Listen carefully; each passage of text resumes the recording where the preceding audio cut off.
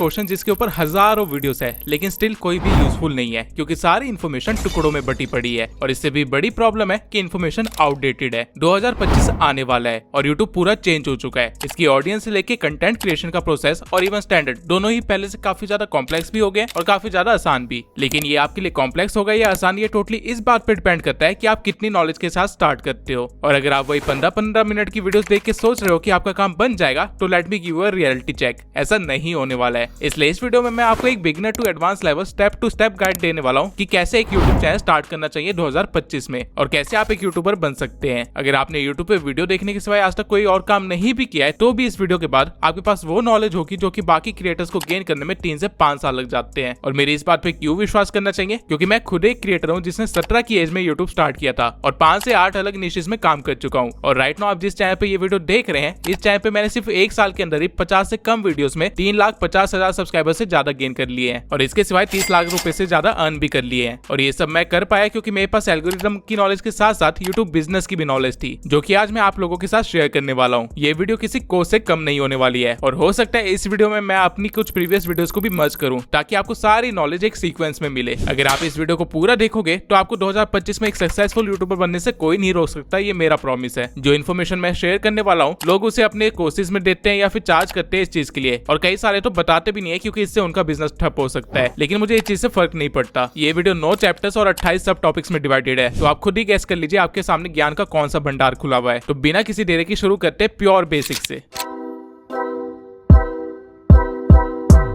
YouTube को छोड़ के 18 ऐसे और सोशल मीडिया प्लेटफॉर्म्स है जो कि पे करते हैं, लेकिन हम YouTube पे ही क्यों काम करें और सिर्फ YouTube का ही इतना बोलबाला क्यों है? क्योंकि YouTube एक स्नोबॉल इफेक्ट की तरह काम करता है। बाकी सोशल मीडिया पे चीजें ट्रेंड के अकॉर्डिंग चलती है और फिर गायब हो जाती है। जो रील आपने 2022 में देखी थी, अगर उसे आप आज ढूंढने बैठोगे तो आपको वो मिलेगी ही नहीं, क्योंकि उस रील का ट्रेंड खत्म हो चुका है। इवन हो सकता है कि आपको वो क्रिएटर भी ना मिले, क्योंकि अब वो क्रिएटर रेलिवेंट नहीं रहा। ट्रेंड चेंज हो गया, कंटेंट चेंज हो गया और लोगों ने क्रिएटर को छोड़ दिया और किसी और क्रिएटर को देखना शुरू कर दिया। एज अ रिजल्ट उस क्रिएटर का करियर शुरू होते ही खत्म हो गया। उसने जो भी पैसे कमाए होंगे वो तब तक ही कमाए होंगे जब तक उसकी रील्स चल रही थी, लेकिन उसके बंद होते ही उसने कुछ नहीं कमाया होगा। वहीं YouTube पे ऐसा बिल्कुल भी नहीं है। YouTube पे आप एक बार कोई वीडियो बना के डाल दो तो उसके पैसे आपको तब तक आते रहेंगे जब तक आप जिंदा है। आप खुद कभी नोटिस करना कि आपको YouTube चलाते हुए 2 साल 5 साल पुराना भी कंटेंट सजेस्ट हो जाता है। इवन कई बार तो 10 साल पुराना कंटेंट भी सजेस्ट हो जाता है। और जब तक कंटेंट सजेस्ट हो रहा है, यानी लोगों की फीड में आ रहा है, तब तक क्रिएटर पैसे कमा रहा है। इसको आप इस वे में भी ले सकते हैं कि बाकी सारे सोशल मीडिया प्लेटफॉर्म एक कंटेंट की फीड है जहाँ चीजें आ रही है और जा रही है, लेकिन YouTube एक कंटेंट लाइब्रेरी है जहाँ पे चीजें स्टोर हो रही है। तो एक मेन रीजन YouTube को चूज करने का यही है कि यहाँ पे स्टेबिलिटी बहुत ज्यादा है। इस प्लेटफॉर्म को आप एक लाइफ टाइम करियर की तरह भी परस्यू कर सकते हो। इसके अलावा YouTube 2005 से चल रहा है और अभी तक 122 मिलियन लोग इसे रोज चलाते हैं और इस पे कंटेंट देखते हैं, यानी कि 12 करोड़ लोग रोज एक ही प्लेटफॉर्म चला रहे हैं। तो ऑब्वियसली कमिंग फ्यूचर में इसके बैन होने का तो कोई भी स्कोप नहीं है, क्योंकि ये खुद में एक पूरी इकोनॉमी भी चला रही है। अगर आज इंडिया में YouTube बंद हो जाता है तो पूरी 16,000 करोड़ की इकोनॉमी को इफेक्ट पड़ेगा और ऑब्वियसली सरकार खुद का इतना बड़ा लॉस तो नहीं करवाने वाली है। इसलिए टिकटॉक की तरह ये कोई रिस्की प्लेटफॉर्म नहीं है, बल्कि सबसे सिक्योर्ड प्लेटफॉर्म है। तो अगर मैं आपको शॉर्ट में समझाऊं तो यहाँ पे पैसा लाइफ टाइम है, स्टेबिलिटी भी है और फ्यूचर सिक्योरिटी भी है और क्रिएटिव फ्रीडम तो भर भर के है। और ये इनफ है आपके लिए इस प्लेटफॉर्म को सीरियसली लेने के लिए, क्योंकि आजकल ये चारों चीजें तो किसी जॉब में भी नहीं मिलती। इसके सिवाय यूट्यूब से जो फेम मिलता है और जो पैसे मिलते हैं वो आपकी जिंदगी बदलने का पोटेंशियल रखते हैं। और इसका प्रूफ मुझे दिखाने की जरूरत नहीं है, आप लोग ये वीडियो देख रहे हो तो आपको ऑब्वियसली ये चीज पता होगी। रही बात अर्निंग की, तो मैं खुद एक छोटा क्रिएटर होकर भी इस साल 30 लाख रुपए से ज्यादा कमा चुका हूँ सिर्फ यूट्यूब से, और मेरी एज अभी सिर्फ 20 साल है। इंडिया में एक सॉफ्टवेयर इंजीनियर की एनुअल सैलरी 10 लाख रुपए होती है, यानी कि अगर एक तरह से देखा जाए तो मैंने एक सॉफ्टवेयर इंजीनियर से 3 गुना ज्यादा कमाया इस साल। और ये चीज बोल के मैं किसी इंजीनियर की डिसरिस्पेक्ट नहीं कर रहा, I really respect them, but मैं आपको एक करियर ऑप्शन दिखा रहा हूँ जो कि आपको ट्रेडिशनल एजुकेशन सिस्टम नहीं दिखाने वाला है। इवन आपके पेरेंट्स भी आपको ये चीजें नहीं बोलने वाले, क्योंकि उनको खुद को भी नहीं पता। और रही बात बाकी यूट्यूबर्स की, तो ऑब्वियसली वो तो अपना कॉम्पिटिटर्स नहीं बढ़ाना चाहेंगे, तो क्यों ही बताएंगे।